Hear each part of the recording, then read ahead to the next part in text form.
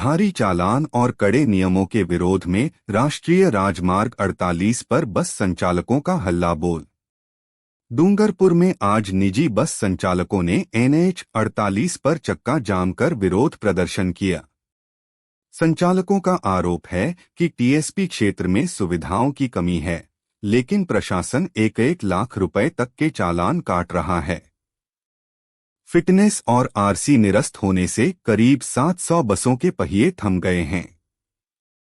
बस मालिकों ने मुख्यमंत्री से मांग की है कि 1 सितंबर 2025 से लागू नए नियमों में मार्च 2026 तक की राहत दी जाए, अन्यथा आंदोलन को और तेज किया जाएगा। आपके मीडिया मार्फत से सरकार को ये अवगत कराना चाहता हूँ, आए दिन जो मोटर मालिकों को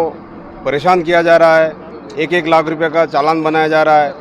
RCयाँ निरस्त की जा रही है, फिटनेस निरस्त किया जा रहा है, ऐसा हमारे साथ भेदभाव क्यों किया जाता है? क्या मोटर मालिक एक तरह से आतंकवादी है?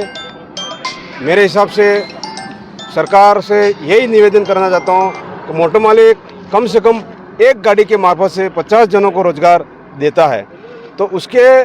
खिलाफ ऐसी कार्रवाई नहीं करे, यही मेरा सरकार से निवेदन है। और उनसे करबद्ध निवेदन करता हूँ मैं, मोटर मालिक को बख्शा जावे, उनके साथ जो सरकार की जो गतिविधियाँ चल रही है उसको बंद करें, और जो 1 सितंबर 2025 से नए नियम लागू किए हैं, जैसे कि 12 मीटर पे 6 गाले बने हुए हैं उसको निरस्त करना, 2x2 गाड़ियाँ हैं उसको निरस्त करना, फिटनेस सेंटर निरस्त करना, ये सब नहीं करें और मोटर मालिक को परेशान नहीं करें। ड्राइवर लोग बेचारे गाड़ियाँ लेके जाते हैं, उनको रास्ते में परेशानियाँ होती हैं, पैसेंजर को परेशान कर रहे हैं, इसलिए आपसे हाथ जोड़ से निवेदन करता हूँ ऐसा न करके बस मालिक को राहत दी जाए, और सरकार की जो नियम है वो 1 मार्च 2026 से